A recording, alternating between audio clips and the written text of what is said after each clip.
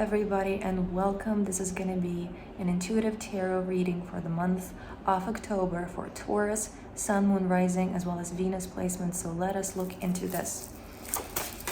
Please only that which is in full alignment with the highest truth and the highest good. Taurus, what do you need to know? And I see like a garden.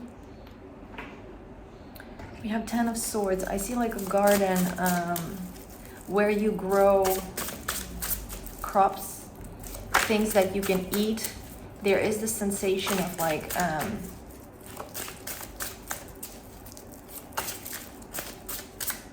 you know, it's a garden that is meant to feed you.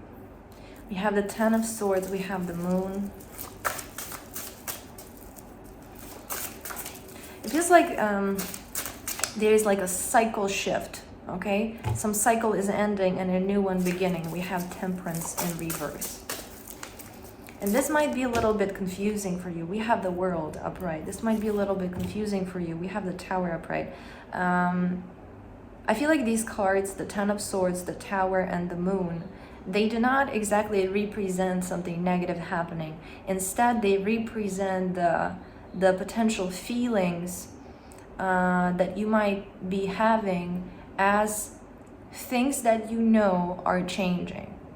So as a Taurus, you know, you love stability and groundedness.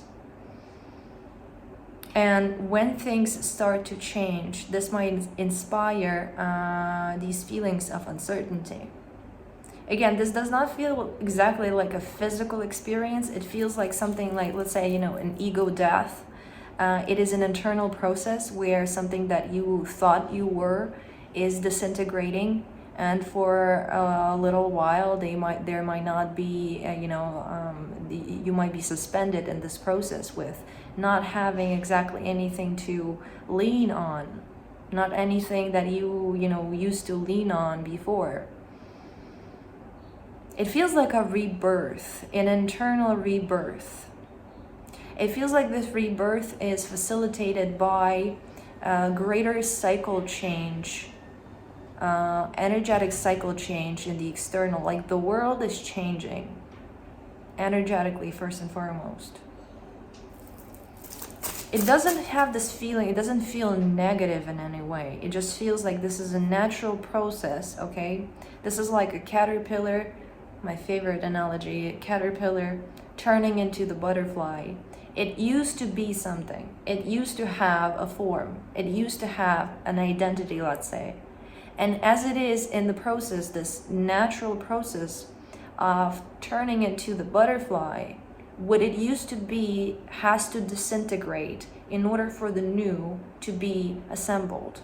And in that in-between state, okay, when it's losing what it was, when it's losing itself as a caterpillar, but it's not yet a butterfly, this is what it feels like, okay? But it doesn't mean the process in of itself is like negative or bad. It just the experience of this change, especially for somebody who is who needs stability, this is what it feels like.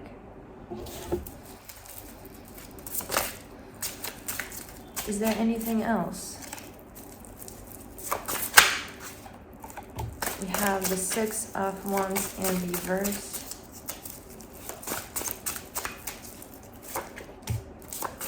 The 4 of Swords in reverse.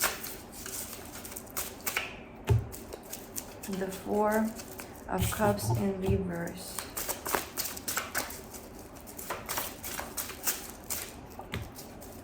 The Devil upright, please clarify. Ace of Cups in reverse. The 5 of Cups upright. Also, what it feels like is that there might be this experience or certain things that have transpired or are transpiring around you. They might be a little bit hard to digest. And my father is a Taurus, and he is currently in Ukraine, you know, having spent many years trying to build a solid foundation for himself and for our family. And then these external events with the war, and you know, he was under occupation, and the house that he spent many years building was damaged, and all kinds of things happened. So all of these things, they challenged his stability like tremendously. They challenged the sense of his stability. He perceives this external influence that is very hard to digest. It is very hard to reposition yourself and maintain this state, this feeling of stability and security, okay, in such an experience. And I feel like this is a message that this is a collective experience for Taurus placements. And again, this is a reading not just for Sun placements, but Moon, Venus, as well as rising placements. So you can you know, see where Taurus is in your chart and kind of connect that to where, in which area of your life this experience might be happening. But this truly feels like the process of evolution. The process of evolution implies challenge. The contrast experience is indivisible, okay, from this equation. Without contrast, without challenge, there would be no movement. There would be no possibility for growth. Everything is in the state of constant transformation. Some things transform faster than others. Some things transform more abruptly than others. But the process of transformation is the name of the game. Okay? And what I feel here is that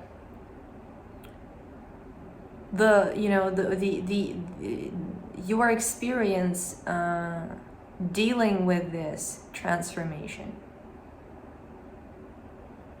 again, it doesn't have like a negative feel to it. It just feels like, let's say, you know, I have a lot of Pisces placements. I like to be in the state of flow. I do not respond well to harsh constraints, okay? But then there were a lot of times in my life where I had to become more disciplined. I had to deal with constraints. I had to adapt to things that were too harsh, too solid for me, if you will, okay? And just due to my natural inclination, just due to the way I naturally am, dealing with those influences, again, those influences are, they are existential. They are rules of the game. They're not something inherently negative. They're like the rules of the game, you know. But there is this conflict between my desire to flow and this existential principle of solidity and discipline. So it's not exactly like solidity and discipline are not exactly something negative, but when I come in touch with them, there is this dissonance, there is this natural reaction because I'm so much different than that. Okay, I don't like that as much. So again, you're going through this process of evolution. It also feels like, you know, a rock that is being shaped by the flow of water. There are these external influences that are in alignment with the process of evolution and ascension that we have ultimately signed up for, that we are ultimately here to experience. But due to the structure of the rock, due to your need for stability, due to the way your being is, that experience, you know, it can feel difficult. It doesn't mean it's bad though. It feels like relaxing into it as much as possible. See, it's not bad.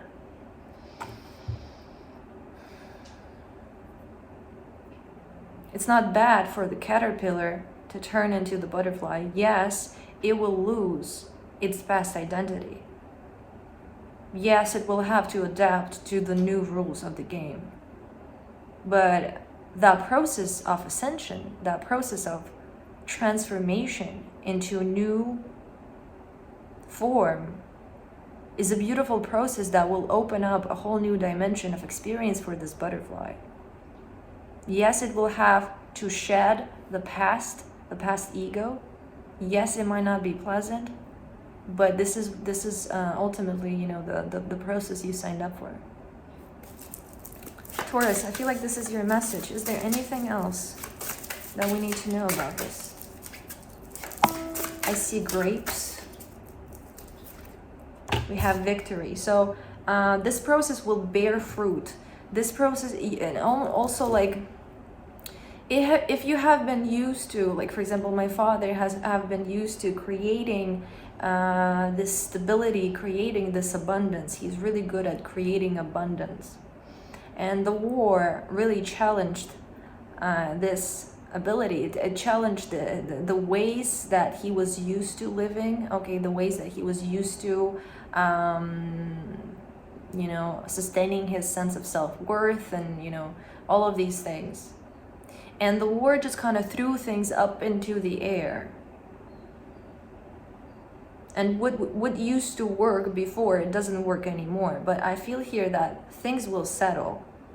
And this ability to create stability, this ability to create abundance, or whatever else kind of ability you are currently experiencing being challenged, you are going to reconnect with it. You're going to establish your form. It's going to be a transformed form, or a transformed perception, transformed approach to life. But you are going to reconnect with that again. As the caterpillar will go through its transformation and reassemble itself. Okay, it will again regain a stable form. Okay, dear Taurus, this is what I have for you. I really hope this was helpful. Please let me know. And if you like this reading, if you like my reading style, please consider liking and subscribing. I wish you all the very best on your path, and I would love to connect again. Thank you so much. Bye.